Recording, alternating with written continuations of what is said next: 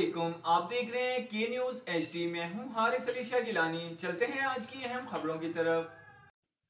خبروں کا سلسلہ آگے بڑھاتے ہوئے رک کریں گے ساہیوال کا، جہاں سے رپورٹ کر رہے ہیں ہمارے education reporter Nadeem Javed. Chairman Ali Bahadur Qazi کی زیر صدارت ساہیوال ایجوکیشنل ٹرسٹ بورڈ کا اجلاس میں ساہیوال چیچا وطنی کے ڈویژنل پبلک اسکولز کی نصابی کارکردگی اور کیمپسز میں جاری ترقیاتی اسکیموں کا جائزہ لیا گیا۔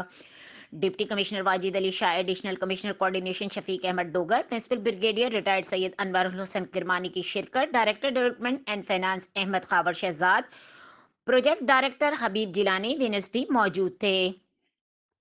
بورڈ ممبران پروفیسر قمر الزما خان، شیخ محمد یونس اور سید افتخار حسین شاہ نے بھی شرکت کی۔ ڈی پی ایس چیچا وطنی کی گرلز سیکشن کے فرسٹ فلور پر 11 کلاسز روم اور 2 لیبارٹریز تعمیر تیزی سے جاری ہے۔